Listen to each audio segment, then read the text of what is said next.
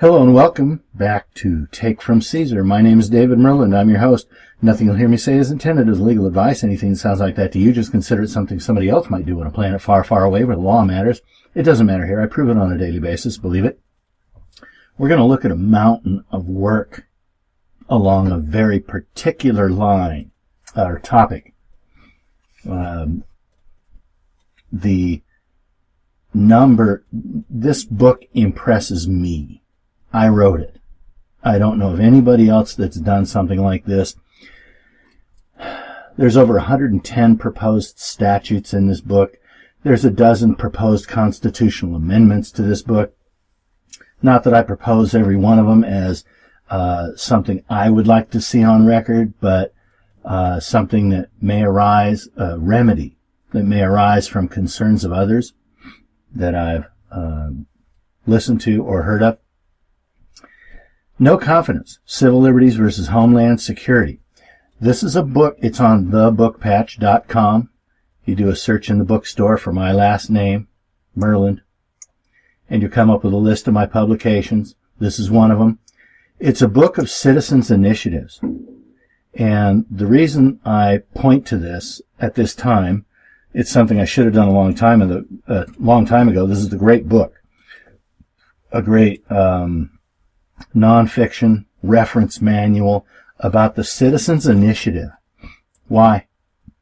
Well, I don't know. In Virginia, present day, and it's February 9th, 2020. In Virginia, they want to ban your guns. And in California, they want to prevent you from independently contracting with their pro bill, meaning every professional will be a W-2 employee and not an independent contractor. It's going to turn everything upside down. I'm going to show you a book full of ideas about government misconduct and proposed statutes to correct it or prevent it, to put a halt to it. And after I review the book with you, we're going to scroll right through the book. It's my book. And you'll see that I've covered a myriad of topics that people complain about in relation to government misconduct, enforcement in general, and have for many, many years.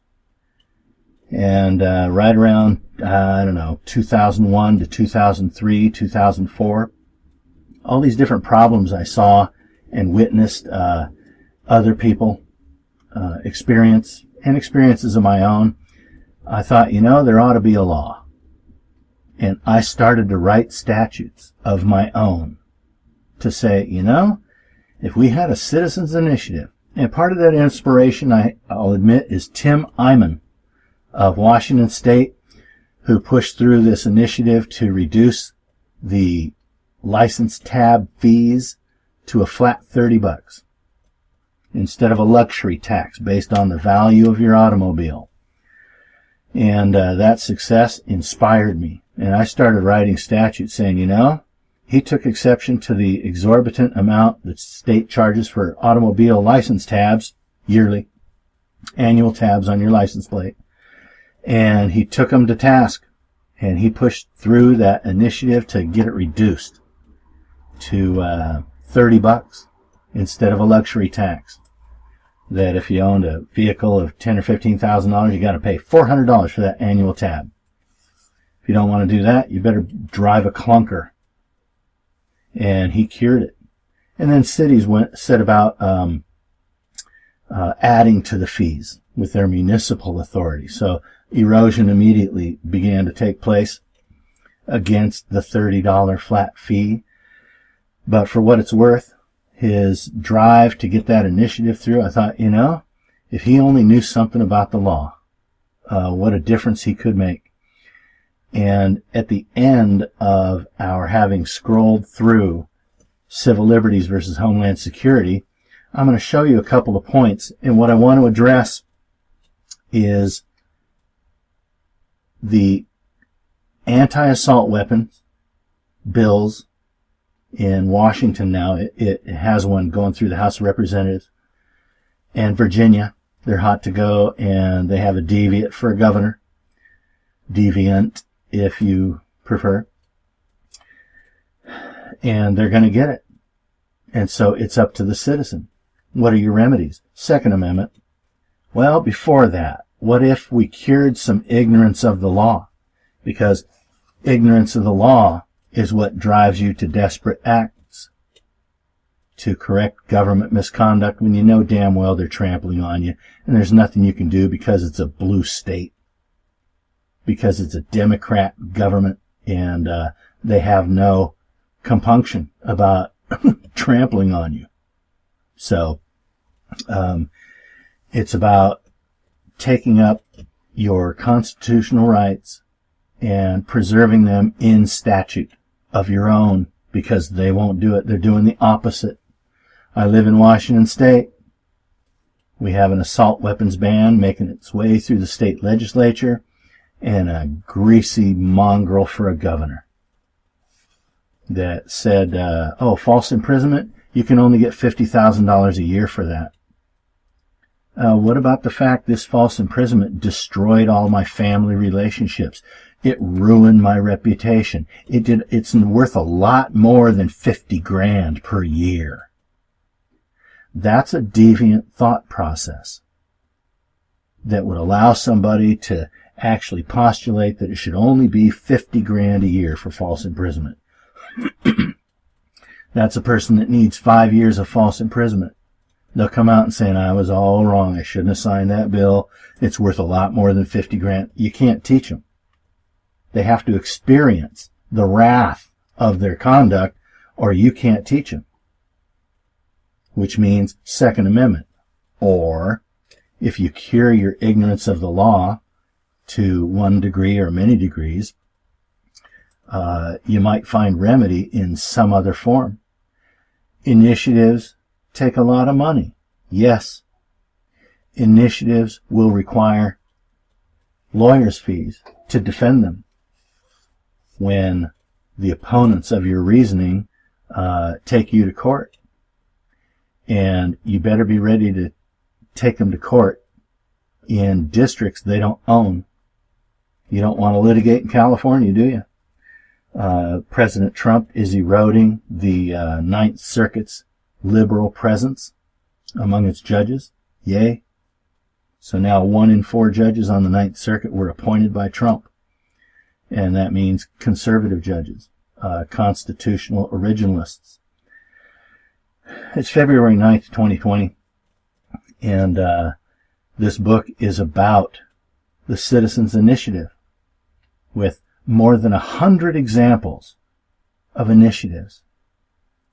Find somebody who's done that. My heart was in this. 2001 to 2003 is when I wrote most of these initiatives.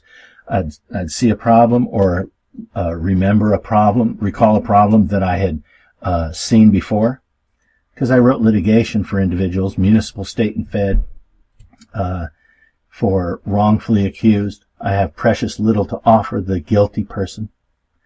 But for the wrongfully accused, I saw problem after problem after problem. And before each initiative, I describe the problem, and then I present the law that I proposed just might fix the problem. It just might be your remedy, short of having to do away with the people that are hell-bent on disposing of your constitutional rights, which is a felony. 18 U.S.C. 241. View my other work, wevgov.com, and takefromcaesar.us. On both of those, you'll find a link to my YouTube channel called Take From Caesar. A wealth of information, free, online. I just uploaded my 50th tutorial. This will be my 51st tutorial on my YouTube channel. I'm glad to do this. Everybody should know more about their remedy. Where are my remedies? What are my remedies? What kind of authority do I have as a citizen? Do I have absolutely no political power? No. I never got any respect till I started writing and filing citizens' criminal complaints. And then it was different. I could tell by the way I was treated, meaning they left me alone. And it had to be because the judge told the prosecutor, Don't bring him in here unless he's burglarizing homes or breaking legs. I don't want to see him in my court. And that filtered down to the police. The prosecutor doesn't want him to bring us in, bring him in. Don't cite him for it. Don't bring him into the court system unless it's serious. And let Superior Court deal with it. We don't want him in our municipal court, our county district court, because he always files criminal complaints against our judges. It's the kind of litigant you have to be, sadly. And I do it through a bullhorn from the rooftop in capital letters, okay? I'm ballistically aggressive in what I do about government abuse. And this book is dynamite if you want to pick up the spear of citizens' initiative. So we're going to scroll through this book, and I think you're going to like it. And then we're going to discuss stop and frisk, the assault weapons ban, and what the hell else was there? The assault weapons ban, stop and frisk, and interstate commerce. We're going to ask if the Fed has any business coming into a state and saying you can't sell that in this state. No, there's one other. Doggone it. This is impromptu.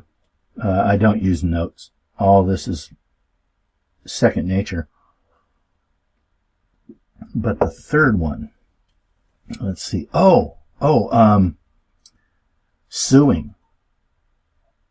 Immediate remedy. Constitutional challenge in U.S. District Court against proposed legislation. So let's get to no confidence. Civil liberties versus Homeland security. And voila, here it is. Oh, here's the other one. Stop and frisk. It's a false arrest. And so Bloomberg apologizing for it. Bloomberg doing it in the first place in New York exposes him as utterly ignorant of your own rights and his own rights and the rights of his relatives. No Confidence, Civil Liberties versus Homeland Security by yours truly, David R. Myrland. Most of these statutes were written in 2002, 2003, with some additions that took place in 2015, as you see here. I've made $1.5 million worth of drinks, and I committed to this book as a place where I would not hold my tongue. I did a good job of it anyway, because I like you. Who would write a book for all this remedy if they didn't like you? So, yeah, there's a couple of F-bombs and a whole lot of substitutes, as you see here, numerous mentions. And there's some poignant quotes here. We hang the petty thieves and appoint the great ones to public office. Bill Clinton. I'm sorry, was that subliminal? I'm not sorry at all. So, No Confidence, Civil Liberties versus Homeland Security. Now, get the book. Get the hard copy. It's a great desk reference on citizens' initiatives. And I'm scrolling indiscriminately here because it just doesn't matter. Get the book. Read the book slowly, page by page. It's so densely packed with jurisprudence and with suggestions that you won't get through it without aspirin. I made it without a table of contents intentionally, because it's not 1 or 2 chapters. It's not chapter this, chapter 10, 11, 12. It's one chapter. It's about the Citizens Initiative. You have to read all of it. And here's a tip. If you want a table of contents, make your own. Turn to the back of the book. There will be a blank page or two, and write down the initiatives that you like, because they're going to be numbered 1 through 200 and something. And the constitutional amendments. Write down the page that they're on. Not all of this will apply to you. And I'm speaking to the people that want to remedy the Virginian assault weapons ban and the Washington assault weapons ban, and other bills. You might find some remedy in here, something you want to sculpt your initiative from. If you don't like what I wrote, great. Write your own. Please do. I didn't cover every topic. Gun rights is low on my radar. And so you'll only find one provision in here about weapons possession. However, it's a constitutional amendment. It's not just a statute. But you see here in Virginia and Washington that they're after you. And they want you to jump through a million hoops just to buy a pistol, possess a pistol, buy a round. And there's no call for it, except in the mind of very stupid and overbearing public servants that call themselves Democrat, progressive, left, liberal, same. For the amount of danger they pose to my rights, the only safe brush is the broad brush. All of them. If you vote blue, stay away from my children. Stay out of my children's schools with your kids. They're begging for it. So I wrote and wrote and wrote proposed statutes of many different natures. And I don't hold my tongue. I go right for their throat. And we're going to get through this. It's 181 pages, so expect me to move quickly. Medical marijuana. 3 branches of government. The People's Initiative. That's kind of like the 4th branch. Forget the press, okay? 4th branch of government, People's Initiative. It may be legislative, but it comes from the public. Totally different influence on society. In fact, it is society's influence. Despite what any legislature says, you can take it back with a citizen's initiative. So I'm going to scroll through this, and if you don't want to buy the book, you can waste your time pressing pause when I scroll through certain portions of this book. Personally, I wouldn't bother. It's worth your $25 to buy the book. Domestic terrorism. You read this statute and you go, excuse me, but this is government. The targets are huge. But the more you know about the law, the more you know I got to do something. I have to do something. This is a big one. Where the tax law is not clear, the taxpayer wins. All these cases say so. That doesn't count in American courts once you beat them with the law. Well, the law does not displace this general rule. Watch my recently uploaded video called Toilet Number 1, the Judiciary. It's all about that. And when you get to court, nothing matters. All the precedent in the world doesn't matter. The taxpayers were entitled to know the basis of law and fact on which the commissioner sought to sustain the deficiency. Helvering versus Texpan Oil Company. Helvering was Commissioner of Internal Revenue. That's a 1934 case. Let's look at the footnote. 1937. My mistake. So it's a full discussion on the citizens' initiative and the reason it should be exercised fluently, constantly. It's something everybody should know because the only alternative is the Second Amendment. And who wants to live in a civil war? I don't. So there's an expose on the law to predicate the list of proposed initiatives. And plenty of reflection upon Supreme Court case law and federal appellate case law. Void for vagueness. Evans versus Gore. This is a must-read. The role of the judiciary in society is to stand between every man, no matter how popular in society he may be, in between him and the government, to make sure fairness is done. Great case, one of my favorites. Left unchallenged, they would prey upon the harmless. That's slightly misquoted. President Clinton at the Holocaust Museum commemoration ceremonies. And then you look at our government, you go, damn those Nazis. Okay? So in this book, I don't hold my tongue, except to slight degrees. By 1990, in Washington State, I had made over $1.5 million worth of drinks. I got a vocabulary. And I spare you that vocabulary to a large degree in this book. And when you read the whole thing, it's an exploration of just a terrible scenario and one man's quest to articulate a solution to what I think is a solution to a lot of it. The big ones. We get all the way to what is and is not gross income and state income tax in this book. However, look at this right here. And I'm on page 23 of 181.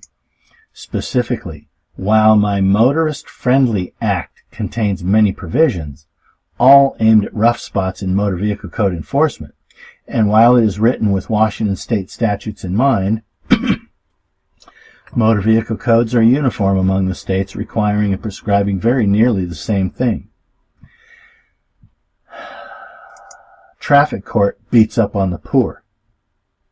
And so my Motorist-Friendly Act is a set of 25 statutes designed to get the poor out of the oppressive enforcement. That if there's an affidavit on file with the traffic court, they can't penalize you monetarily for having no insurance. You can't afford insurance. That's penalizing the poor for being poor. Can't do that. Well, they don't care, do they? It's called the debt spiral, where, oh, you can't afford insurance? Here's your $550 traffic ticket. Oh, you can't pay that? Well, then your license is suspended, 3rd degree. Oh, you drive while your license is suspended because you have to support your kids and go to work? Well, here's your criminal citation for driving while license suspended, 2nd degree. And they club the poor into worse poverty. And it wasn't until 2015 that a federal judge finally wrote about the debt spiral. It's not in this video. And so I wrote a citizen-friendly structure and procedural map for traffic court proceedings for minor offenses. This group should remain intact. Leave it all in one place. 25 statutes that take the poor out of that mode of enforcement and force traffic enforcers to consider poverty, pecuniary challenge, as a factor in whether or not they penalize you at all, or how much they indeed penalize you, how much slack they should build into their process that penalizes you, etc. The initiative process. First thing, I wrote an initiative that makes it easier to get your initiative on the ballot. How profound. Oh, God. This is ingenious, if I may say so myself. And I wrote an initiative that requires that they make an initiatives mall out of the high school gymnasium near you once a year, so everybody in the community can go to that mall and view the text and intent of every initiative that's going to be on the ballot. So you don't have to go hunt for it online. You don't have to come across it. If you want to know about the laws that are going to be filed, you can simply go to the scheduled initiatives mall. There it is right there, initiatives mall in the high school, and check out everything so you know how to vote. And now we come to the statutes I propose. This is violated by government constantly. This is the Washington State official misconduct. Colorado has 1st and 2nd degree official misconduct. A public servant is guilty of official misconduct if, with intent to obtain a benefit or deprive another person of a lawful right or privilege, excuse me, but you just described government. If he intentionally commits an unauthorized act under color of law, or he intentionally refrains from performing a duty imposed upon him by law. Official misconduct is a gross misdemeanor. That's a year in jail and $5,000 max in Washington.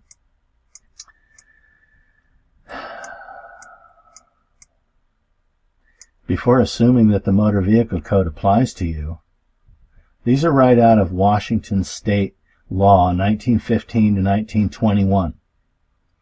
And it obviously applies the term motor vehicle only to those using the highways for transportations of persons, and not as a place of travel or communication between different localities and communities. Well, that's what I do when I go to the doctor. That's what I do when I go to the grocery store.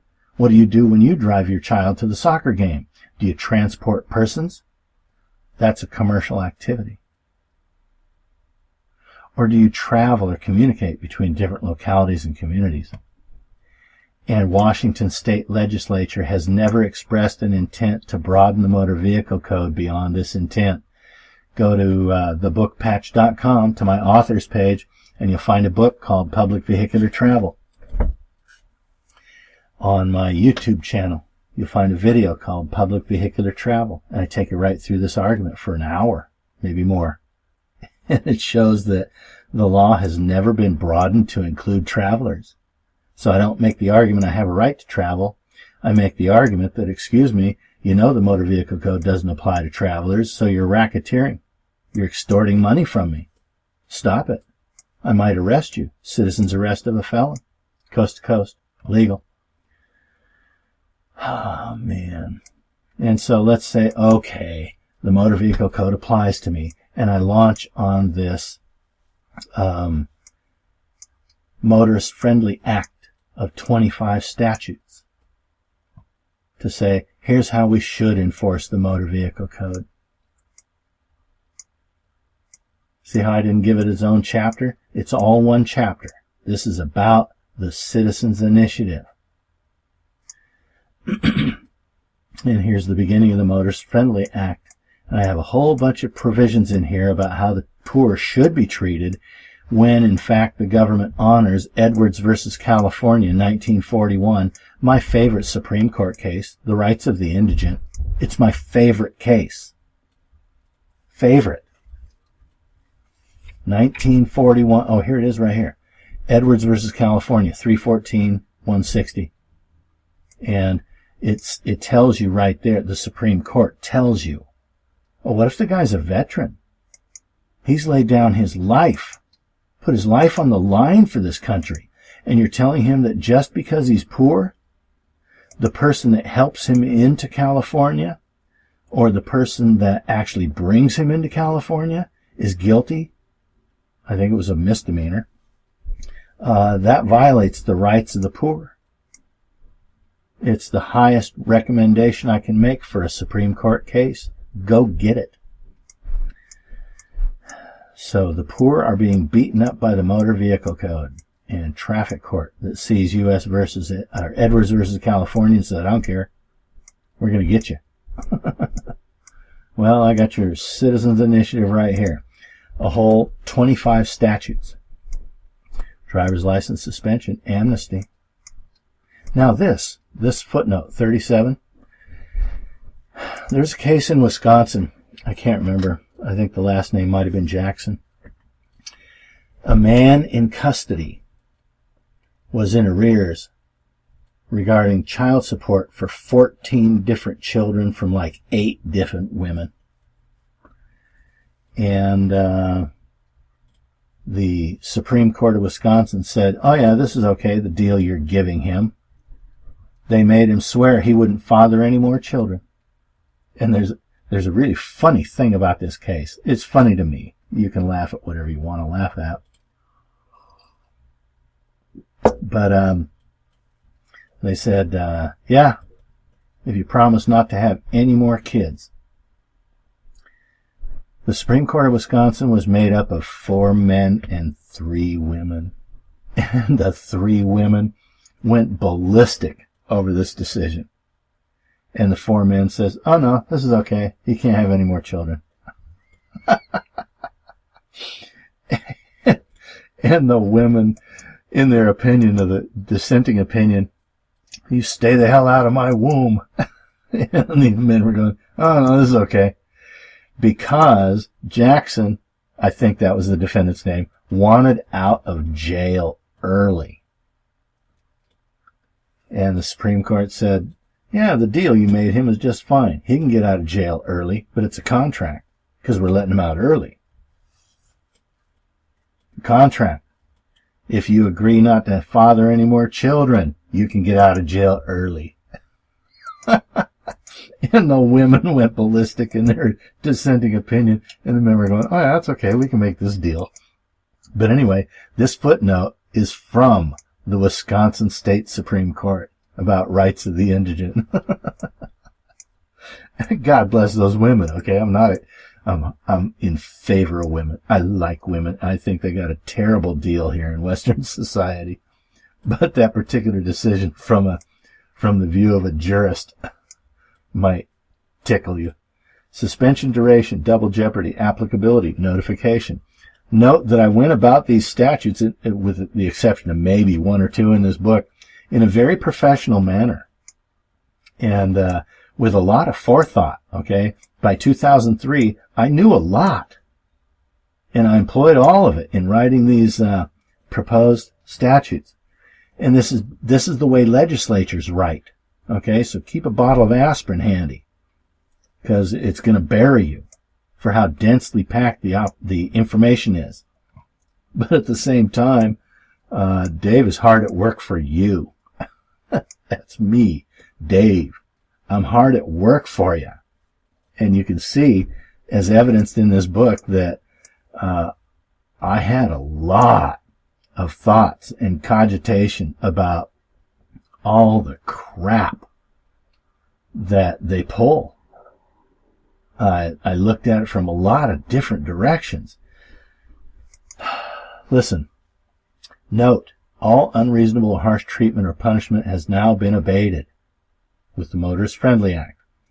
Now a new process must be put in place, and equal access must be assured for those, the poor, who might otherwise end up right in the same situation as before the amnesty. Get up, taxpayer breath. It's 36 degrees and snowing outside, or raining heavily. The wind's blowing at 20 miles an hour at 6 a.m., and you have to walk 16 blocks to the bus stop, wait without shelter for 10 or more minutes on the street just a few feet from cars traveling 40 miles an hour to get a ride to work. And the rest of the horror stories that go along with being suspended your license. And public servants thought this was funny. I watched them do it and do it and do it for years. They destroyed thousands of families here in Washington State with it, till finally our Supreme Court said, excuse me, but this person is poor. You didn't give them a chance to argue that they're poor. And so the suspension of their license is unconstitutional. And it caused them to lift like 250,000 suspensions. 100,000 suspended motorists. I can't remember, okay? The book says 100,000 suspended motorists. It was probably more than that. Just wreckage. And here's my attempt at humor. How to keep their children the hell away from my children is rightfully of primary concern. Son, if you talk to that kid, so help me, I'll take your bedroom door off.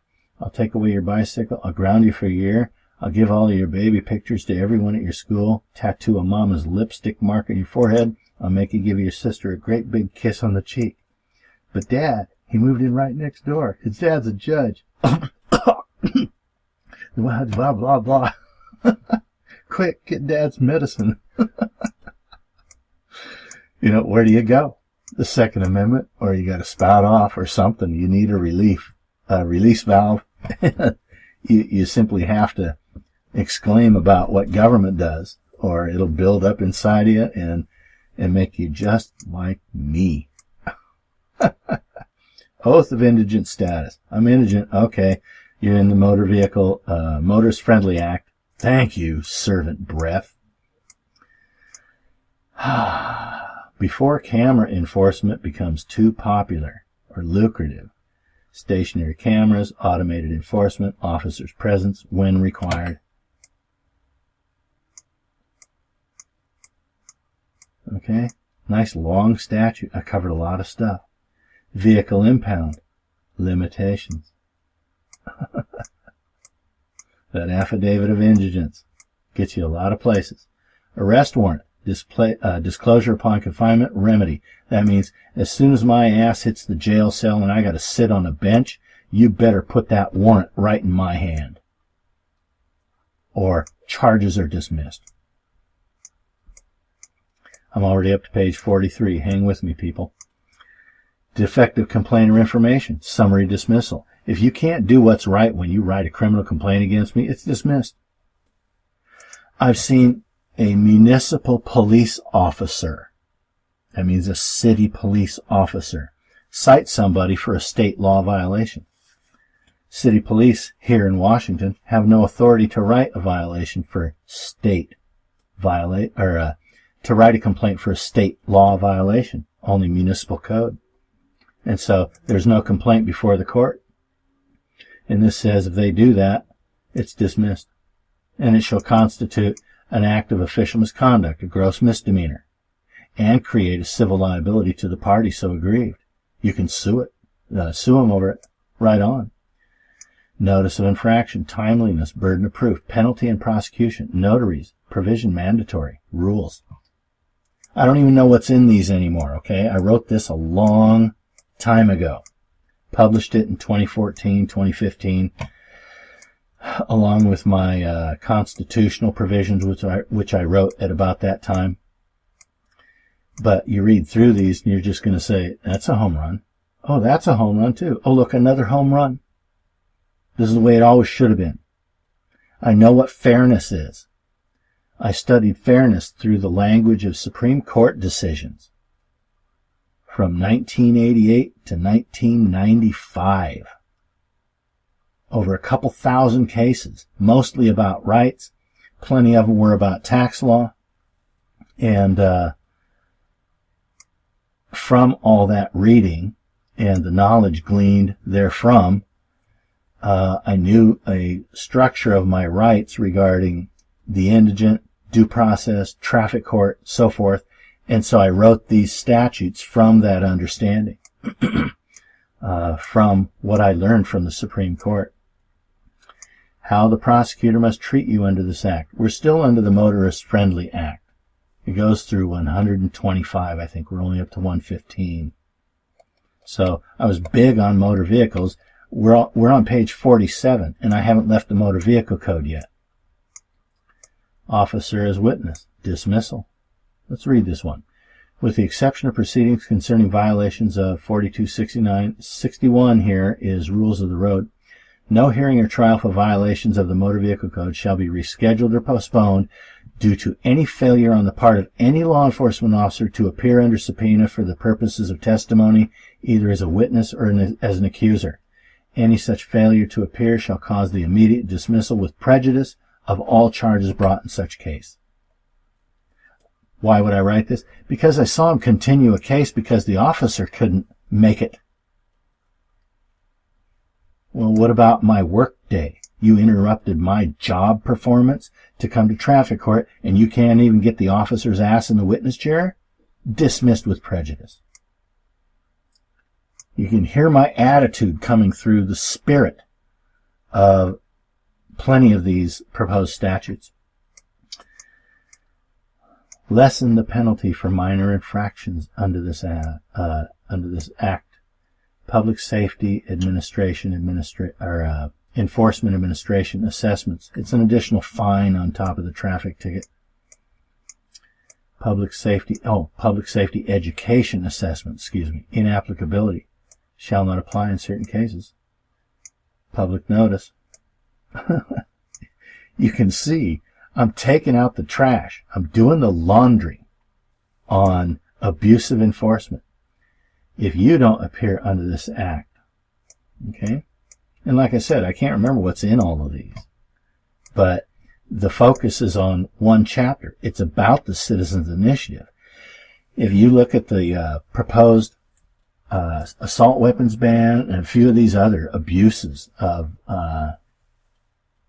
by Democratic legislatures, you read this book and you're going to see remedy everywhere. You're going to go, I got to get me one of these. Okay, Citizens Initiatives. Who's the lawyer that I need to defend the initiative against challenges by the state or cities?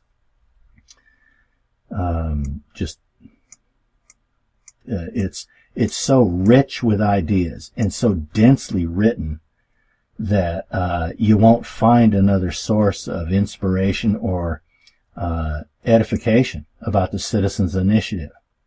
Not about how to file one, not about how to write one, but what you might use them for. Let's see. Have I left the citizens... reflect in your rear view mirror under this act. Let's see. I want to see if it tells me that I've left the Motorist Friendly Act. Anyway, we're into general motor vehicle code enforcement now. Personal safety receipts, seat restraints, voluntary. I don't have to wear a seatbelt. Mobile telephones, other devices, highways.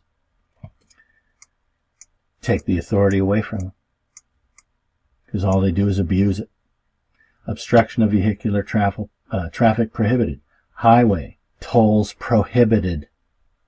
Excuse me, but all the highway tolls are under the motor vehicle code. What if it doesn't apply to travelers?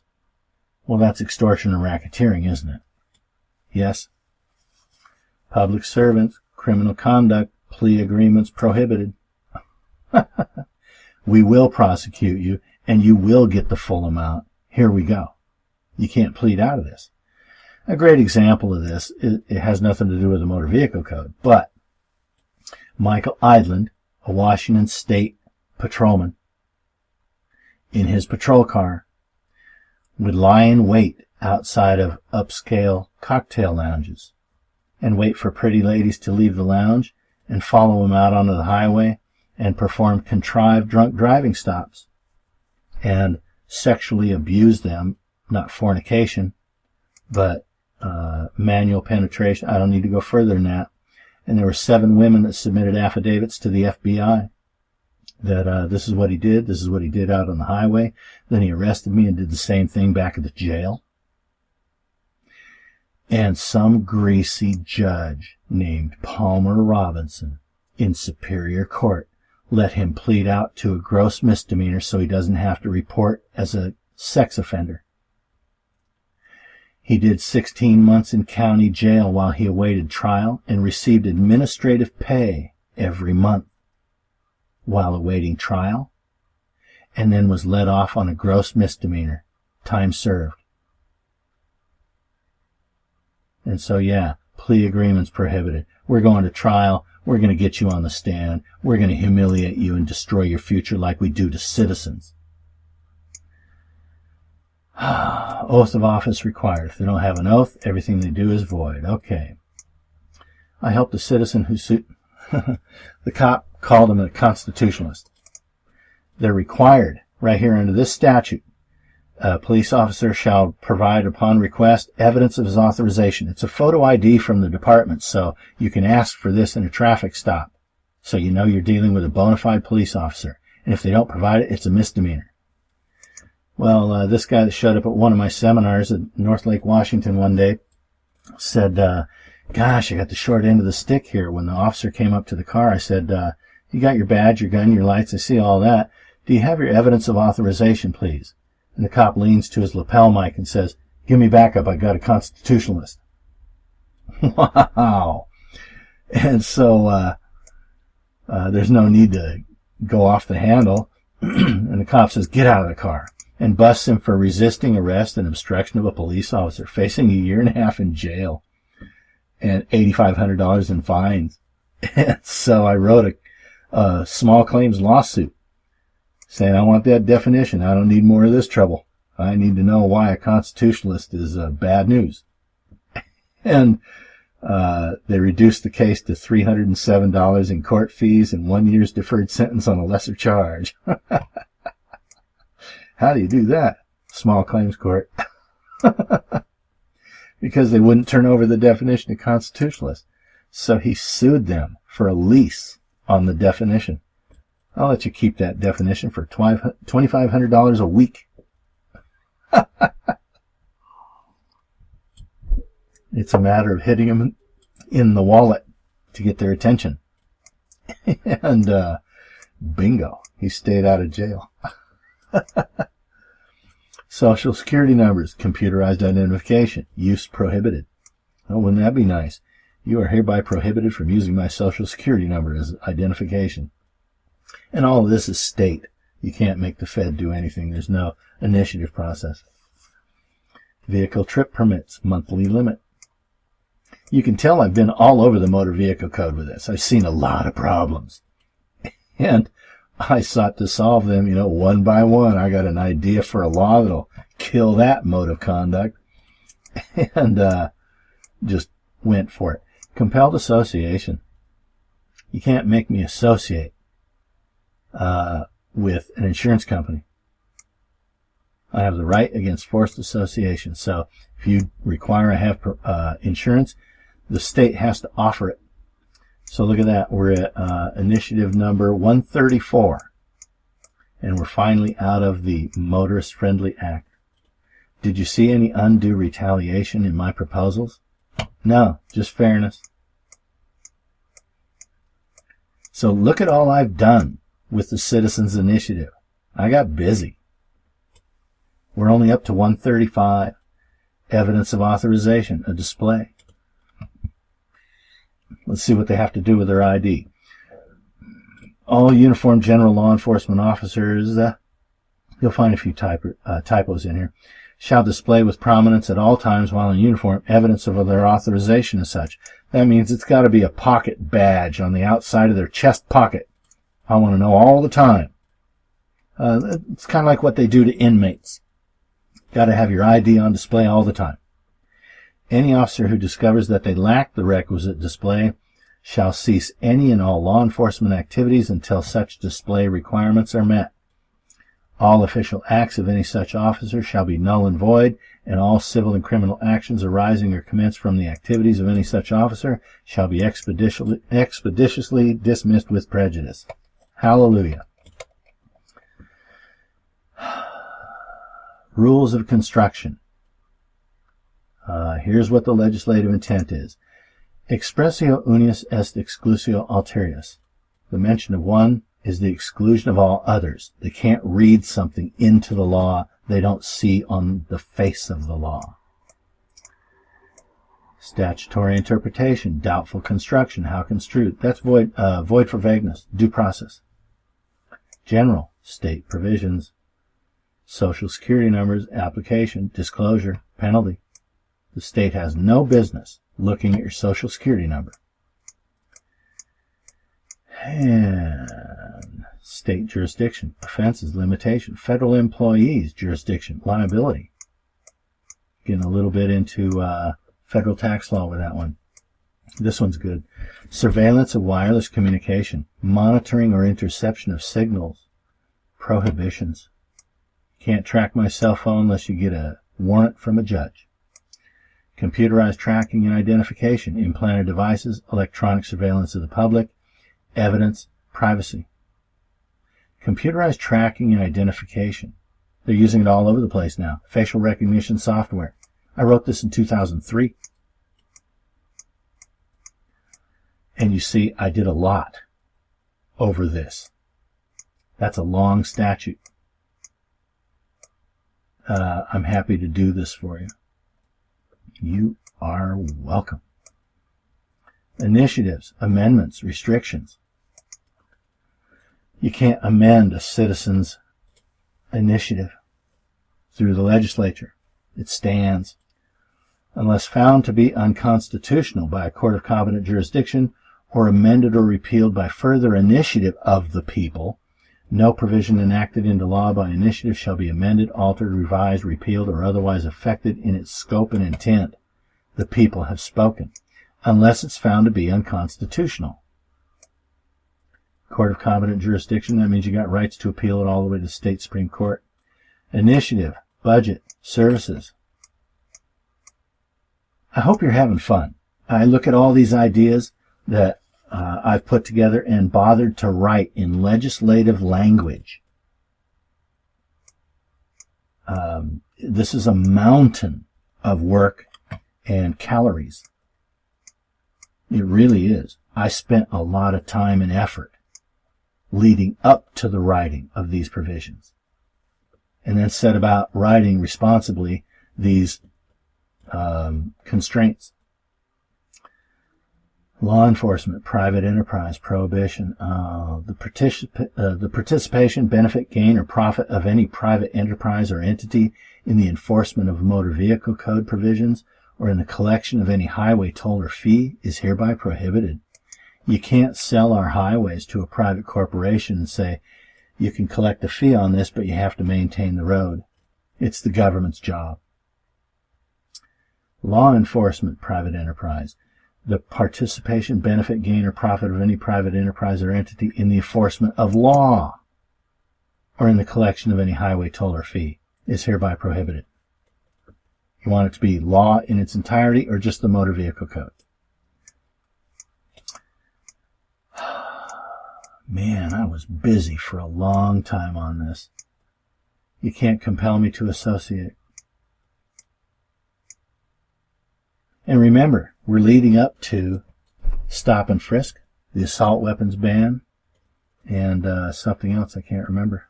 Hopefully I'll get it at the end here. Detention, arrest, probable cause. A law requiring probable cause. That if they don't honor it, it's a gross misdemeanor. Official misconduct, 9A.80.010. Profiling, animus prohibited. This is home run after home run. Okay, watch this.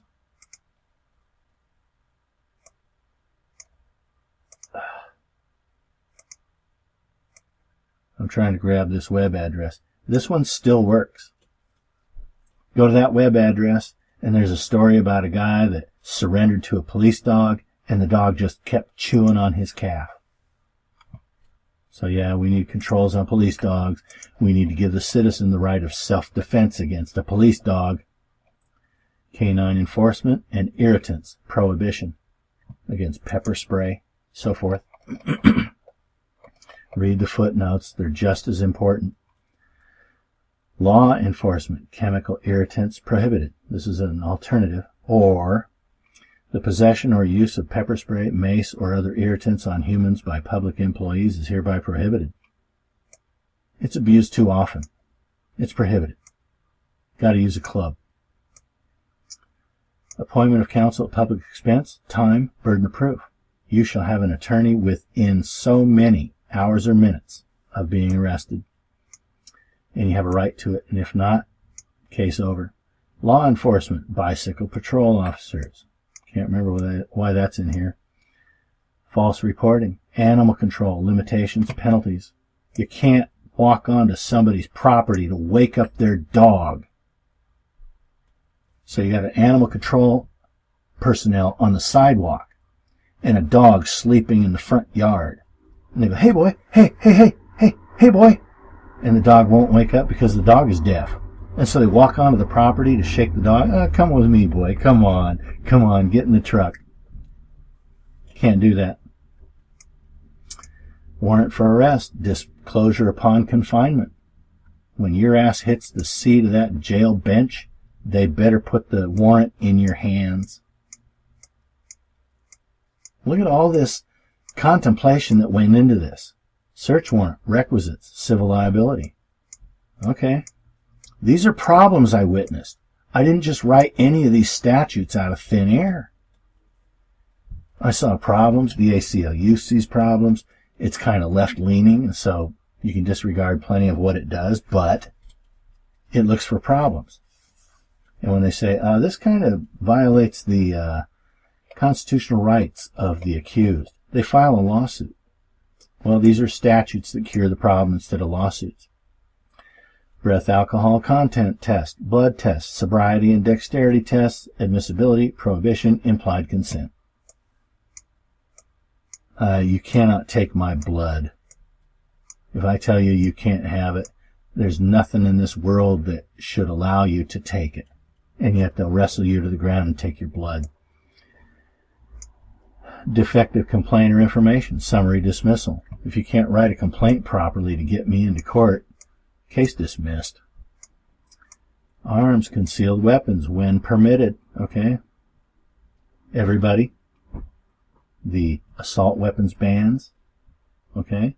Look at this closely. It's number 162. This is one you'll write down in the back of the book as a statute of particular interest to you. 163 is losing its relevance because of the widespread state legalization of medical marijuana or recreational marijuana, but for what it's worth. General governmental accountability and ethical treatment. Every town or county needs a citizens review panel. Go to my YouTube channel. Here, take from Caesar. And two of my earliest videos are about the structure of a citizens review panel. And here's the statute that provides the citizens review panel shall have the authority to terminate and ostracize a public servant found by the panel to be engaged in misconduct that is violative of the public trust.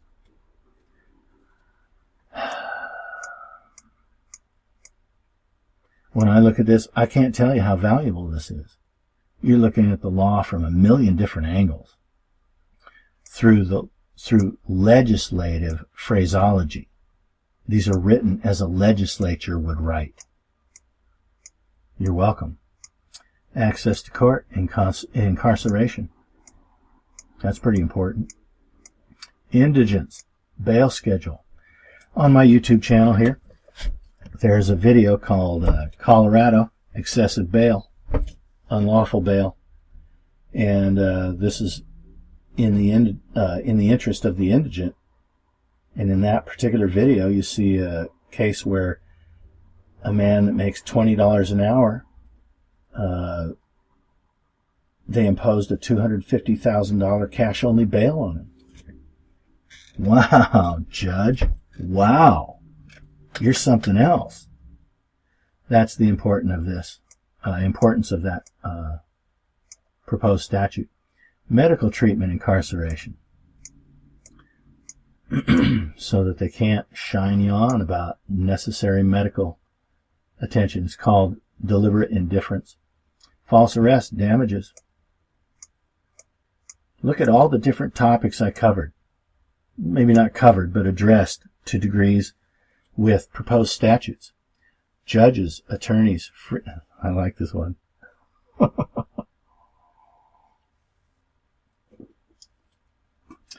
So you got a criminal defendant in the back of the city's van, a cargo area, designed to haul people around against their will.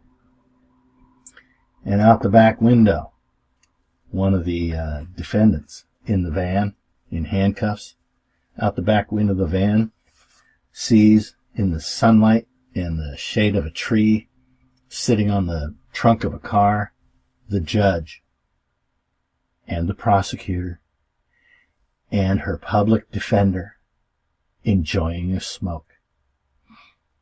So this statute says, excuse me, but if you're an attorney, you have to have an oath of office on file that says you hereby waive rights to practice in any court where your judge, the friend of yours, presides. That no attorney shall practice in a court with a judge that they see outside of the court for any reason. Or it's a, what do they call it, a felony? I can't remember.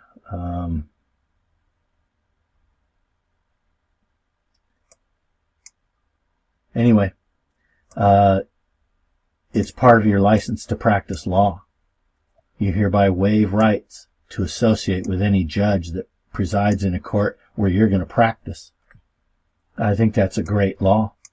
Keep the judges and attorneys separate from one another. Rights to counsel, waiver.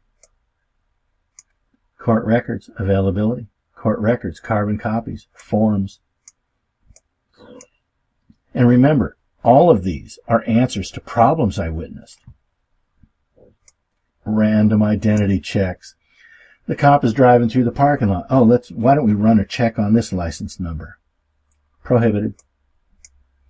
Drug testing for use of controlled substances. Public servants. This requires that public servants take a UA periodically And if they're found to be in violation, your history, pal. UA is a urine analysis. And so you're imposing a regular schedule because, cops get the best pot. Have you ever heard that? In Washington State, I can't remember the year. Let's see. I would guess 1999. There was a King County Police. They later became sheriffs. But the King County Police, a King County Police officer was busted because they found the blood of a murdered drug dealer in the back seat of his patrol car. And the drug dealer's home had been burned down through arson. So yeah, keep the cops away from the drugs. A regularly scheduled urinalysis for every public servant. Yeah, got you covered. Can you think of others who should be listed here?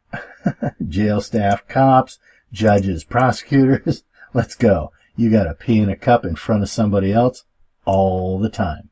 Well, that's good enough for defendants. It's good enough for you. Copyrights, limitations. You got cities that have websites, and on the website it says this is copyrighted. Show me your statutory authority to create property rights. Oh, we hadn't thought of that. They have to have statutory authority for everything they do. Municipalities are creatures of the legislature. They have the authority the legislatures give them. So yeah, I'll copy and paste your website onto something else anytime I want. Please sue me for copyright infringement. As soon as you can spell Rule 13, counterclaim.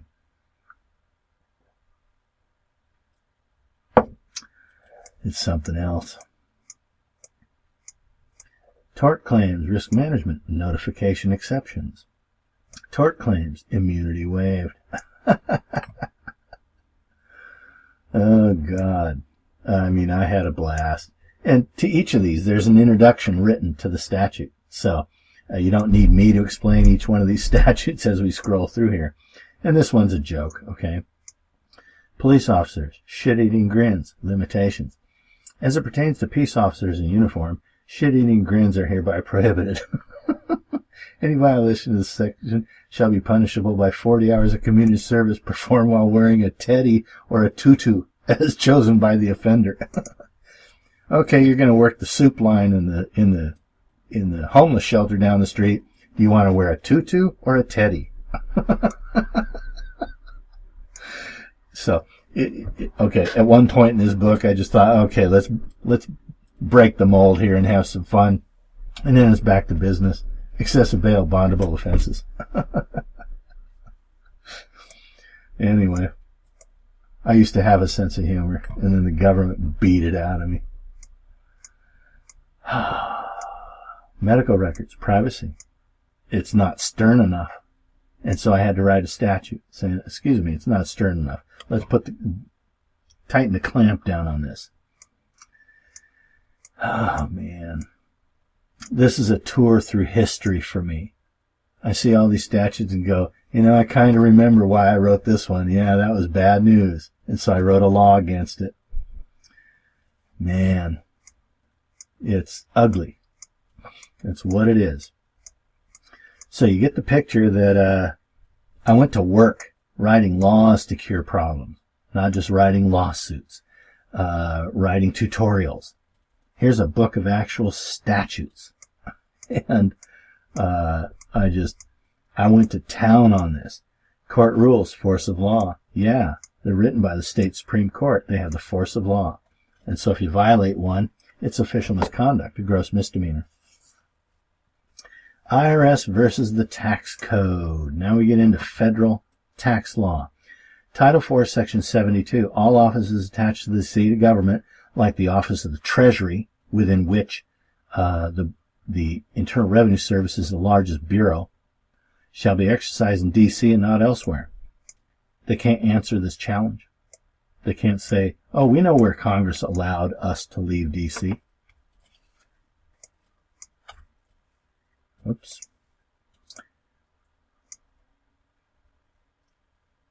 Here's a summary of the issue and the question and the claim. They have no authority to operate outside of Washington, D.C. And they won't talk about it. I've been to court and been to court and been to court. They won't talk about it. Federal tax collection by distraint. Requisites. No person shall honor any attempt by the United States to collect any amount imposed under 26 U.S.C. unless it is accompanied by a superior court order declaring that the United States Secretary of Treasury has provided competent and lawful proof of authority to operate as required under 4 U.S.C. 72. So I saw the problem. I wrote the statute that cures it. And it's up to the Fed to take the state to court. I really like this one, is what it says. Federal legislation, interpretation, defense at public expense. The state shall provide your defense against any of these modes of enforcement by the federal government, especially Social Security. Isn't that nice? Gee, Dave, this was a mountain of work. Performed over time, wasn't all done in one day or even a couple months. It was years of experience followed by a couple of years of contemplation. I said, you know, I ought to make a law for this, a law for that, a law for this. And in my mind, I went down the list of problems I'd witnessed and experienced and just thought, okay. Banks, here, mister, just pee in this cup, look into this retina scanner, give us a print of each of your hands, hand me that glove and bend over, and if everything checks out okay, we'll cash that check you have from one of our depositors. What do you really mean, Dave? Man. Federal Reserve publications. Uh-oh. I think we're coming up to the repeal of the Federal Reserve Act. Oh. The lending of credit is prohibited. When you file a mortgage application, they treat it as an instrument and create money from it. You're not borrowing money on hand. You're a co-creator of money. And this prohibits the bank from lending its credit. They have to lend you money that they already have. Man. Like I said, this is a tour through history of my own. That highway construction, speeding, penalty. And this says if they're working on, the state shall, I think it says something about graveyard. Yeah, in areas designated as construction or maintenance areas during hours of darkness, any motorist detected by radar and found to be traveling more than 10 miles per hour over the posted speed limit for such shall be guilty of a misdemeanor. Speeding is a misdemeanor. We don't want you speeding in hours of darkness. No person cited under this section shall be arrested unless other just cause for such exists. They're cited with a misdemeanor, but they're not arrested.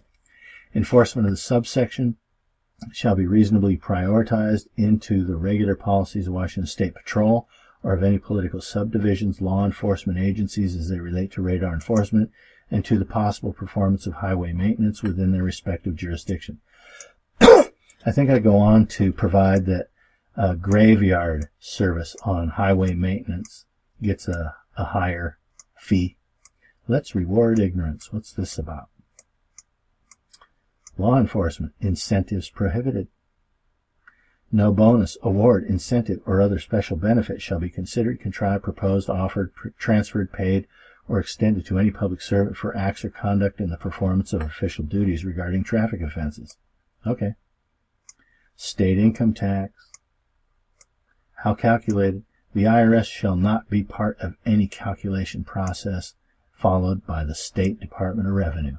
It shall do its own calculation of tax liability. Because I saw in state court, well, this is an IRS agent. They conducted this review of your case. And they had to admit, oh, we missed that account with $65,000 in it. That's for retirement. It shouldn't have been taxed. Oh, but it was anyway? Oh, yeah, you did such a great job for the state. You, the IRS agent. Gross income exclusion. This is where I codify that the fair market value of labor is not profit, just like 1.83-3G says. That's a federal regulation under 26 CFR. Constitutional rights, taxation, limitation. Tobacco products. It bans smoking. Contract and property rights. Proposed legislation. This is about gifting clubs, where in 2001, a gifting club, the dinner party, a women's gifting club in Dallas, Texas, that was one of its clubs. There was women's gifting clubs all over the United States. The dinner party was prolific as a gifting club. They hired a lobbyist, former 4-term Speaker of the House of Representatives of Texas, William Clayton, the only 4-term Speaker of the House. And he was a lobbyist for them. He had retired and was now a lobbyist, and these were this group was one of his clients. I wrote this legislation that he submitted to the House of Representatives of Texas on their behalf to say they're not violating the State's Pyramid Scheme Act. Isn't that neat?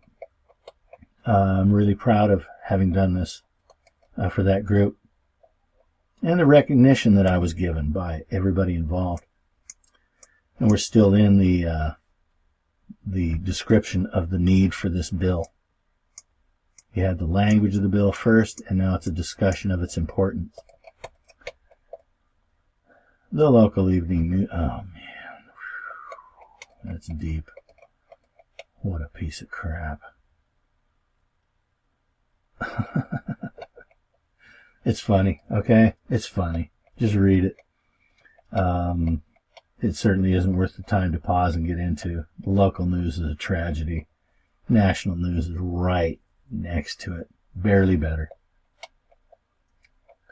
Put another way, this is the case of Stephen Talmadge.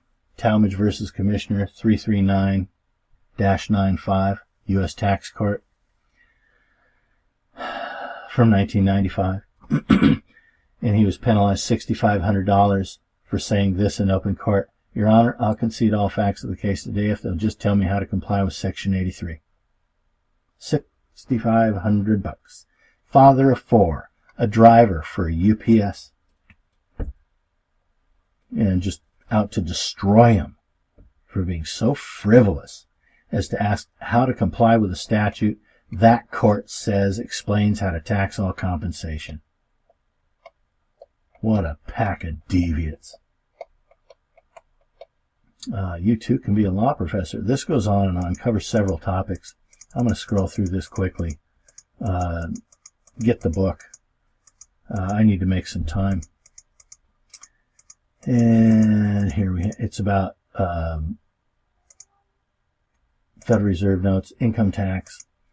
Let's see, you too can be a law professor. Different topics. Just study this. I hit topic after topic and just club them to the ground like a baby seal, and call animal control to scrape up their flaming carcasses with snow shovels. The lies they told me. It's a partial list. I don't have the time to write a book that deep. 5,641 pages. The lies they told me. Jury nullification. This is important. This is a statute that instructs the judges, the courts, on how to tell the jury that if the jury believes this law should not be enforced the way it's being enforced, you are duty bound to acquit this defendant. Read the book. Childhood, women's rights, other stuff. Communication with a child, lewd conduct, parents' rights. It's called hip-hop. Got no business speaking to a child, and just because it's to a beat, all those greasy mongrels think they have a right to speak to every child? It's not your child. You shut your hold on my child, or I'll kill you in the street with a claw hammer. No, I'm ghetto retarded. Look, I always grab my member. Ha ha ha. Now listen to the crap I want to put in your child's head. Such is hip-hop. No business communicating with a child. Whose child is it? So a law against rap formulated as the same as the regulation on pornography. 18 and over, or it's a gross misdemeanor.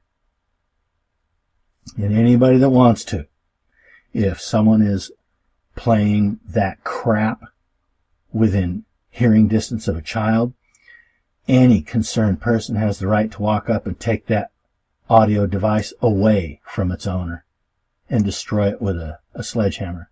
Sex education. Hey kids, hump the doorknob. It's normal. Come on, children. Here, you're in kindergarten now. This is how we put Vaseline on carrots. Yeah, right here in America. Let me tell you something. March 18th of 2013, the Chicago School Board says in 2016 we're going to start teaching sex education to kindergartners.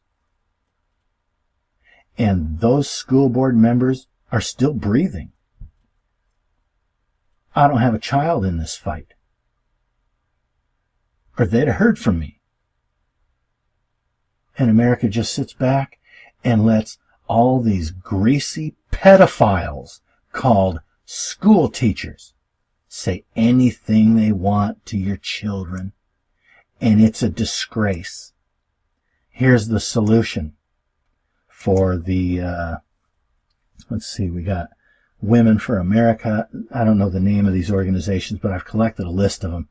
Young America's Foundation, YAF.org, I think it is, that are actually out to police childhood.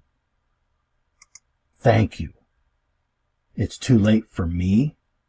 I have no faith whatsoever in America's ability to raise wholesome children. But for what it's worth, if you want to keep sex out of the conversation in public schools, here's your prohibition. It's what it takes. You have to speak to these people with the law. They don't care about your protests. They'll send hordes to your door to throw eggs at your house, to picket your house if you're against what they do to children in schools. So it takes a law. And this prohibits communication to a child about romance, about biology, sexuality, all of it. Transgender bathroom facilities. Right to privacy, public accommodations, restroom. This requires that the state provides separate restrooms for the gender confused. Treat it like a mental health issue, and therefore it's the state's burden, and don't bother us with it. Keep them out of our lives, out of our restrooms. Because I have to tell you, something really nasty is going to happen to anybody that would try to follow my little girl into a public restroom if they have male genitals. Yeah. DEFCON parent. I will kill or maim. Maybe both. You just won't do it. Not on my watch. No, no, no. You won't do that to my little girl. Maybe even somebody else's little girl. I might even spread that out to include other people's little girl. And I'll stand outside that door and I'll guard that restroom for as long as it takes. You should probably get a constitutional amendment against it. Squat toilets, prohibition. You got no business here. We sit on toilets. We don't stand around over them. Driverless automobiles. Now they got driverless scooters. And people getting run over. Accidents. Just a bad idea. Prohibit them in your state.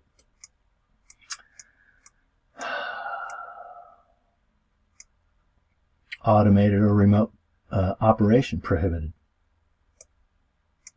If you don't think by now that this is a great collection, I really don't know what to say to you.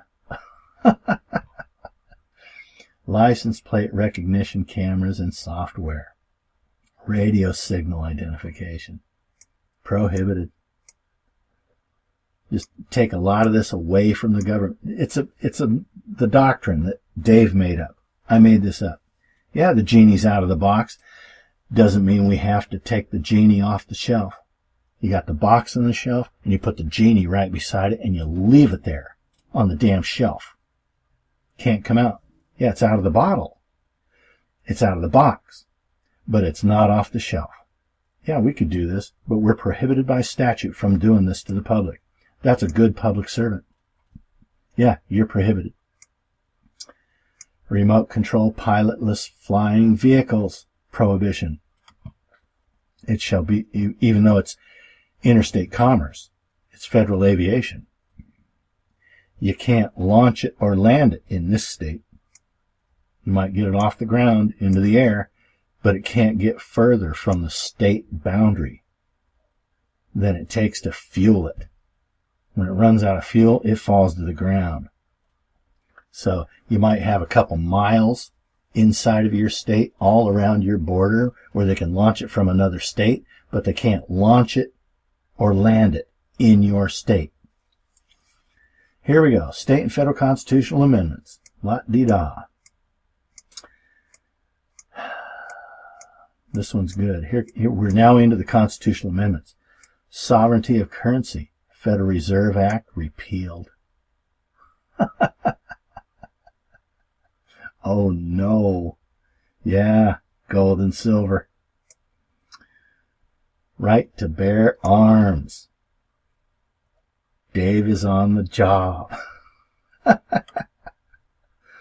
This is a constitutional amendment proposed by me. And it just takes the legislature out of the business. And furthermore, if I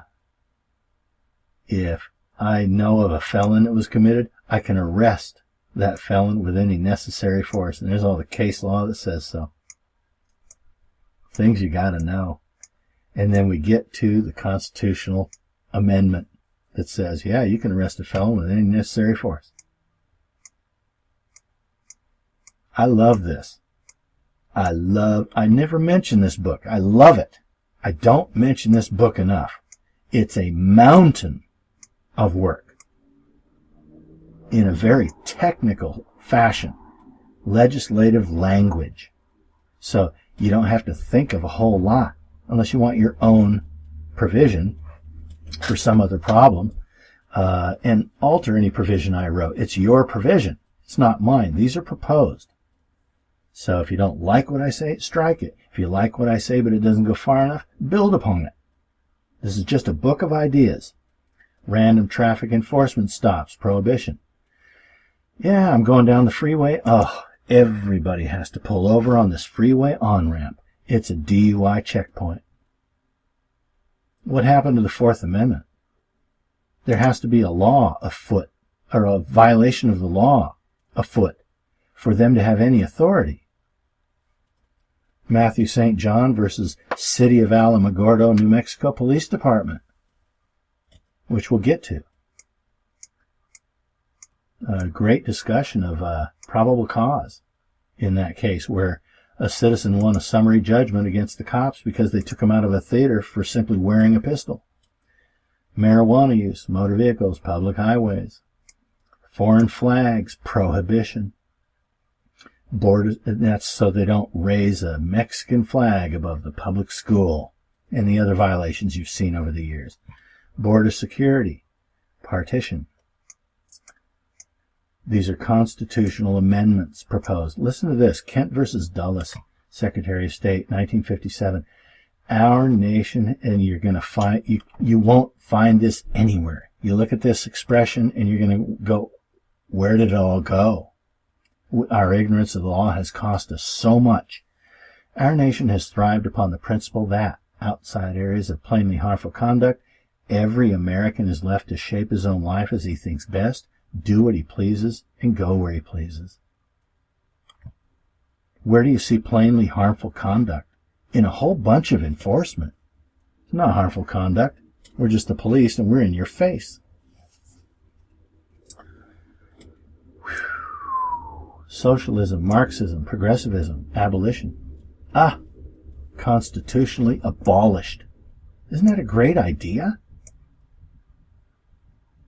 And this is the case of Gibbons versus Ogden, when in fact you really ought to follow it up with U.S. versus DeWitt, which I think I have queued up here. No, I don't. I have it in Microsoft Word. No.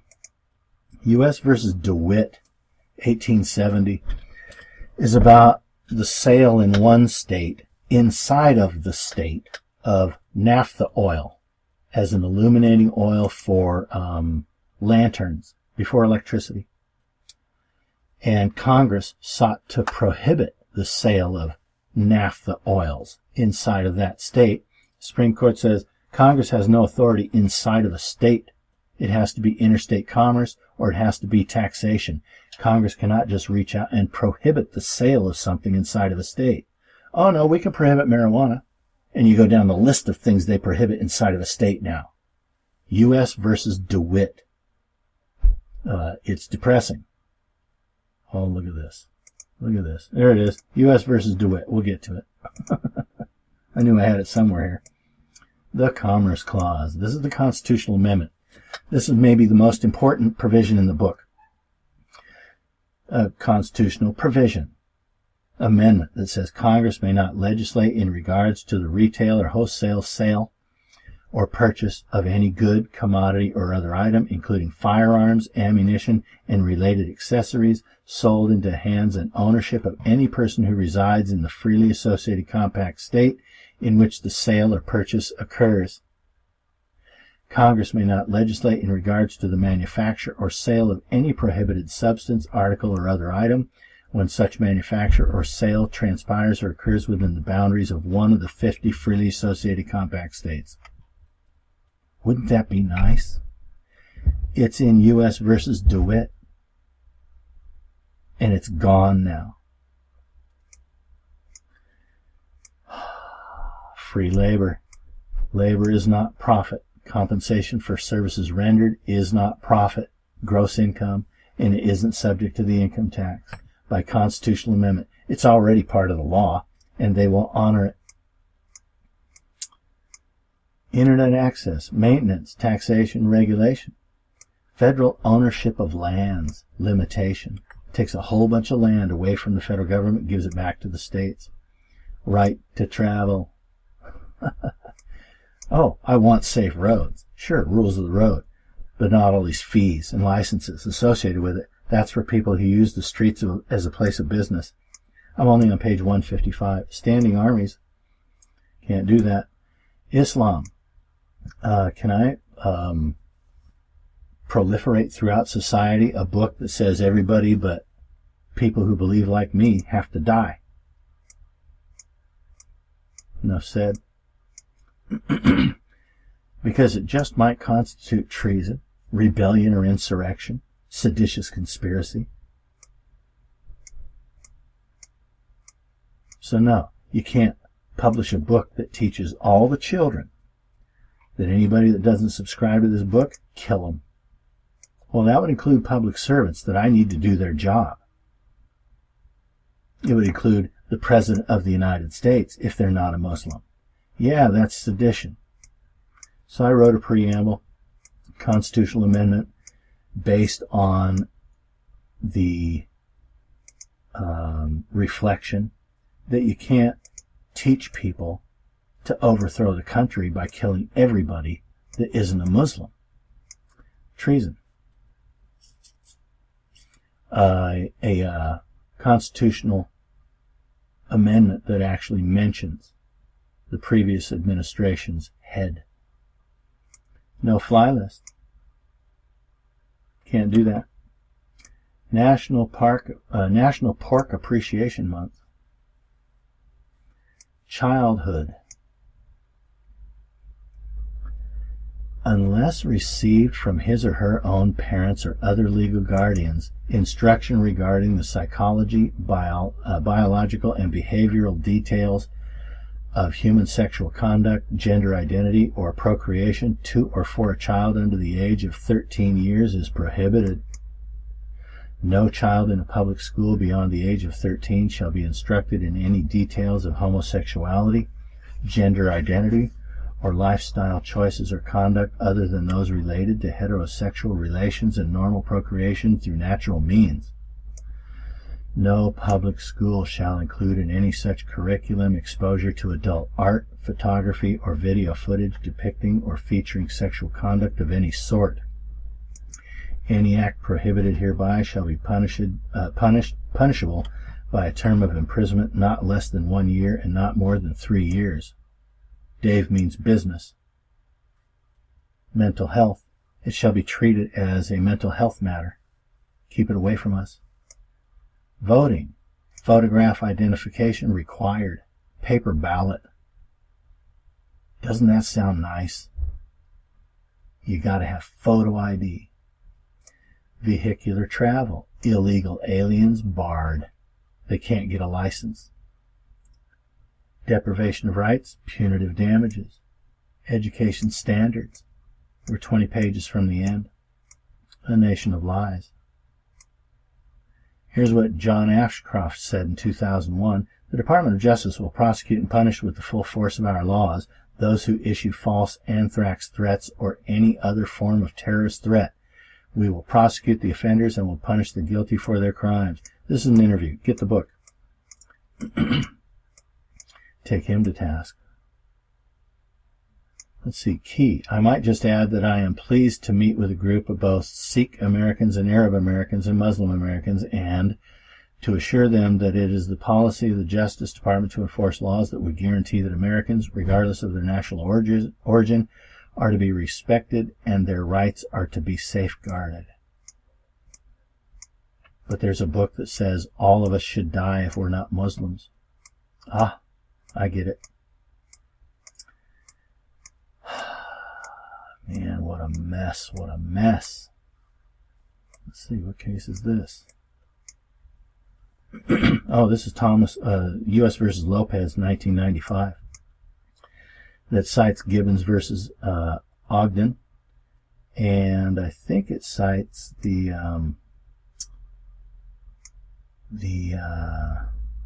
U.S. versus DeWitt. I could be wrong. Yeah, it's not in this. Now, personally, these are my peeves. Are you having fun? It's nothing but ideas. When fairness governs. This guy went to prison for corruption. However, he released a lot of people from prison because of corruption. Thank you. To the good cop. I know there are some. I happen to know one of them in the Midwest. Great guy. Fantastic guy. His head's in the right place, and he knows of corruption all around him. You know, the only safe brush is the broad brush because I got a future I have to protect. But there are some good cops that suffer the broad brush that they can't argue against you for using. And what now, officer? And it goes on and on. Law enforcement personnel, education, requires an education in the law. Wouldn't that be neat? Ongoing education in Supreme Court cases regarding my rights, your rights. So, you see, I've been all over this. And earnestly. Not just some book full of diatribe and profanity. Expletives. To the legislature. You're out of the loop and your work means absolutely nothing to the other two branches of government. Exactly. They don't do enough. And they have their minds on all these stupid, trivial notions. Oh, we got to give driver's license to non-resident aliens. Why? So they can vote. Most favored nation trade status. Let's get into it.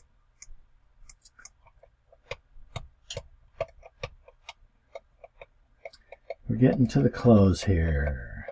Conclusion. Okay, there's a book of initiatives. What are you going to do in your state? You don't like the new gun bill? Get rid of it. Here's some ideas. Yay. Yay. Now, in particular, this decision, write down the case number, okay? You got to have this. Look at what happened to the state of Washington at the hands and pen of my favorite attorney on the planet, Elena Garella. Garella. I had the distinct and profound pleasure of meeting her, speaking with her, and actually using her in a civil lawsuit that I filed against the state of Washington. And she ripped the arms off of the city of Kirkland and beat it to the ground.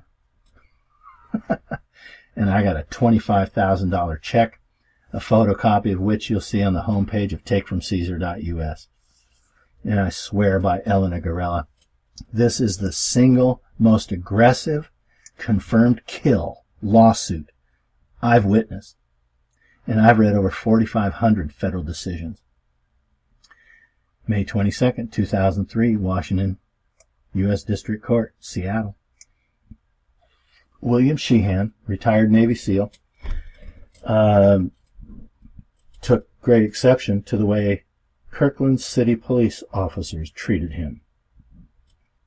So he bought a web address, justicefiles.org, and started compiling into a database on that website every scrap of information he could dig up about anybody that worked for city, county, or state government in Washington state. And in the instance of Kirkland police officers, he found their social security numbers online and published them. And so the state attorney general, Christine Gregoire, later governor, and Norm Mailing, King County prosecuting attorney, later deceased. He died at the podium at the University of Washington making a speech about child rape or something. They went to the state legislature and got a criminal statute enacted into law that prohibited the publication of personal information of public servants in conjunction with the fact that they were public servants. And before the ink was dry, Elena, as his attorney, sued in U.S. District Court, and she killed that law on First Amendment grounds. Before the ink was dry. Now we're getting into the subject of this video. Is it unconstitutional that they prohibit those firearms? Be ready to sue. Go get it stricken. Is another law that they want to put in place, like this. This especially is befitting of this description. This pro bill. That was the third topic. They want to make it so that private contractors don't exist in California, and now another state has picked that up. I think it was Virginia, that says you can't be a private contractor. You have to be an employee. And a whole bunch of entire industries that have been private contractors till now are going to have to be W-2 form employees. When they're not, they have the right to contract. And so get ready to sue with competent attorneys that you have a constitutional right to contract, and they can't make you an employee of a company just because you want to do a job for them. And listen to the discussions. There was a great discussion on Larry O'Connor at WMAL.com about this pro bill, I think they call it, where there are no more independent contractors. They're going to make you be an employee of the people for whom you're performing services, or it's a crime. And I think this lawsuit poses the question about free speech the same way another lawsuit should pose the question about the right to contract, regarding you have to be an employee and file a W-2 form with the person that wants you to whatever you're going to do. Hey, come and speak to our group. We'll pay you $50,000 for an hour speech, Mr. Bill Clinton. That was always done as an independent contractor. They want to now make it an employee-employer relationship. And there's a lot of rights against that, a lot of law, tenets of law that conflict with that particular gesture on the part of the state. Really, folks, okay, go get this case and read it, because it's a template for challenging what they're doing with regards to the Pro Bill, making private independent contractors employees, and with what they're trying to do with prohibiting guns, assault weapons. This case, it's the single most aggressive civil case I've ever seen, and I've read over 4,500 decisions, federal. And this is case number 1. That if I wanted to celebrate a victory in court that somebody got, this is number 1. On a rocket to number 1. And so this is, I feel, the template for challenging these unconstitutional laws, and I don't see anybody picking it up. And we've stepped off the base of citizens' initiatives, but I wanted to show this to you as an example of what can be done. One case decision, and before the ink was dry on a state criminal statute, she killed it on First Amendment grounds. And these are the kind of considerations you take away the First Amendment, instead plug in the Second Amendment, and see if you can make the same kind of argument against what's happening to gun rights, against what's happening to private contractors. You bet. False arrest, stop and frisk. False arrest. I said Matthew St. John and Alamogordo, New Mexico Police Department at the beginning of the tutorial. Matthew St. John and a couple of his friends were seated in a theater watching the, I don't know, the pre-movie, what do you call them? The trailers. And a customer of the theater went to the manager and said, "Oh my God, he's wearing a pistol on his hip." And the manager says, "You got to be kidding. In my theater?" And called the cops on the guy. And the cops came in and they said, "Come outside with us," and grabbed him by the arm. It's called a detention hold. And escorted him out of the theater. Took away his gun and his ID, called him in to see if he had any warrants, and then gave him back his gun and his ID and said, "You got to keep the gun in your truck." And the court said that's a violation of his Fourth Amendment rights against unreasonable seizure, not against unreasonable search. They said the search was incident of a seizure, but the seizure was unlawful. And so they focused on the seizure and said you can't do that unless there is probable cause to believe a crime has been committed, is being committed, or is about to be committed. Oh no, we're going to stop and frisk. You're walking down the sidewalk, we don't like you, we think you're the kind of guy that we don't like, and we're police officers, we're going to stop and frisk you. Can you hear how that's the opposite of this decision? Go get it, read it, and then reason to yourself, how the hell could a mayor like Bloomberg, or who was it, de Blasio? I can't remember which, said stop and frisk is the way to go. It was Bloomberg. I think he's out there apologizing for it. Apologize? Excuse me, you violated their constitutional rights. You have to plead ignorance of the law, or you're guilty of a conspiracy against rights. That's a federal felony, 18 U.S.C. 241, 10 years in prison. Oh, but I was ignorant. Oh, that's an excuse. Why? Because he's got billions, because he's a public servant. When this case says you can't do that. and it's a Fourth Amendment matter. You got to go get this case and read it. You have to. Stop and frisk, it was a felony. Stop and frisk was a felony on the part of everyone who did it. How's that? Now, okay, false arrest. This is a very nice memorandum about Fourth Amendment rights and probable cause. If there's no probable cause, they have to keep their authority in their pants. Yeah, I got a bad attitude. It comes from very particular places. And here's that same matter in Microsoft Word. And listen to this. This is from Winston Churchill.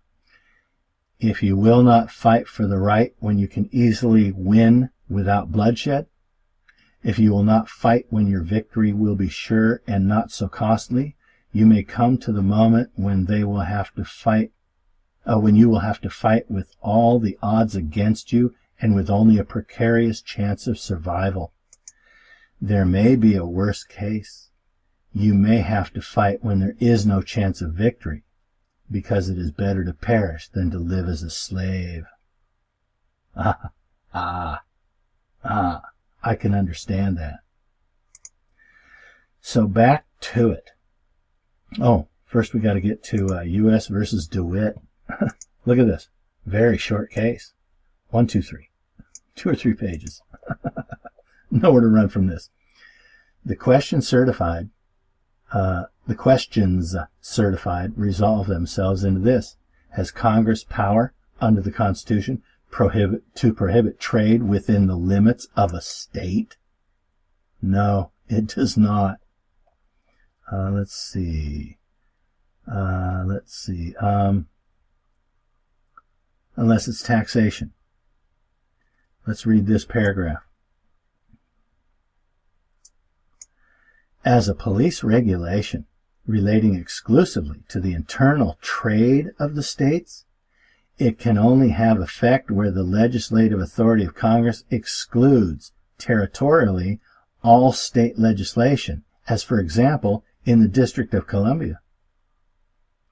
Within state limits, it can have no constitutional operation. That means it can't operate without violating the Constitution. This has been so frequently declared by this court, results so obviously from the terms of the Constitution, and has been so fully explained and supported on former occasions that we think unnecessary to enter again upon the discussion. If it's sold within a state, manufactured within a state, Congress can't touch it until it crosses state lines, unless it's a matter of taxation within a state. You can't manufacture this type of magazine for your firearms. You can't manufacture this type of a weapon. You can't possess this kind of a weapon. And you got a Supreme Court case from 1870 that says, excuse me, but that's unconstitutional unless it's taxation. Ah, how inconvenient. I'll read one more paragraph from this one, and we're pretty much done with this one. It has been urged in argument that the provisions under which this indictment was framed is within this exception. That the prohibition of a sale of illuminating oil described in the indictment was in aid and support of the internal revenue tax imposed on other illuminating oils. And we have been referred to provisions supposed to be analogous regulating the business of distilling liquors and the mode of packing various manufactured articles, but the analogy appears to fail at the essential point, for the regulations referred to are restricted to the very articles which are the subject of taxation, and are plainly adapted to secure the collection of the tax imposed. While in the case before us, no tax is imposed on the oils, the sale of which is prohibited. If the prohibition, therefore, has any relation to taxation at all, it is merely that the increasing of the production and sale of other oils, and consequently the revenue derived from them, by excluding from the market the particular kind described. Where has this gone? Can't grow marijuana inside the state. We're Congress. Can't sell marijuana within the state. We're Congress. Oh, possession of methamphetamine manufactured inside the state by a state resident in possession of a state resident. We're Congress. You go, it's a litany of compromise against the Commerce Clause. And when you consider this case, U.S. versus DeWitt, 76 U.S. 41, 1870. They can't do most of the stuff they do inside of the state. And yet here it goes. You got one thing to blame. Ignorance of the law on the part of the people and the legislatures. So I hope this look at citizens' initiatives has enlightened you. I think it should have. And with what I've put in front of you, banning assault weapons inside of the state, prohibiting marijuana inside of the state or any other thing, stop and frisk, and the what was the other? Unconstitutional laws. Sue them right away. Get the right attorney, take them to court, and ask for a judgment in kind with Sheehan versus Gregoire. It's unconstitutional. Challenge that law the moment it's signed into law. You got the good attorneys out there that can do it. Pay them. Mount a funding drive for your favorite initiative. Go on record with a law that repeals their ban on assault weapons. This is a video about ideas. Not about my ideas, but the fact that you should have your own. And if you want stimulus, buy my book, No Confidence, Civil Liberties versus Homeland Security. You saw the breadth of the contemplation behind that compilation of initiatives. And at the end here, you've seen these great reasons to do it. You're not helpless. Your vote in every election is not your only power. You have the citizens' initiative and you have lawsuits.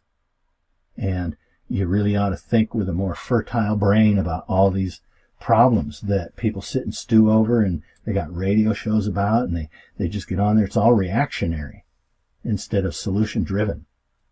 And you see right here, you've just seen proof that I have the solution driven mindset.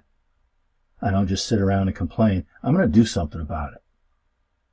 And then I've had a long time to think about this, and I've put a lot of work into this just for you. You have a lot more authority and power than you think you do. And if you think along these lines, pretty soon defensive mindset and reactionary modes of behavior are going to fade away. You're going to say, okay, we need an initiatives drive, and you're going to go out and raise money from corporations that, especially gun companies, gun manufacturers, they'll get behind this. But everybody thinks in a different mindset. They react, they defend, instead of saying, excuse me, but I got more power than this. We need a citizens initiative. We need a lawsuit. Top of the list, Jay Sekulow. My name is David Myrland. Thank you so much for listening. I hope you enjoy Take from Caesar here. I got a lot of ideas. I've done a lot of work and tons of research, as you now see plainly in front of you. And it's my pleasure to have done this, and I'm glad to bring you this to show you that you're not helpless. And if you cut out the TV, cut out the sports, the rest of the crap, and devote yourself to your country instead, you just might make a difference. Thanks again, everybody. I'll see you in the next tutorial. I'll leave you with this.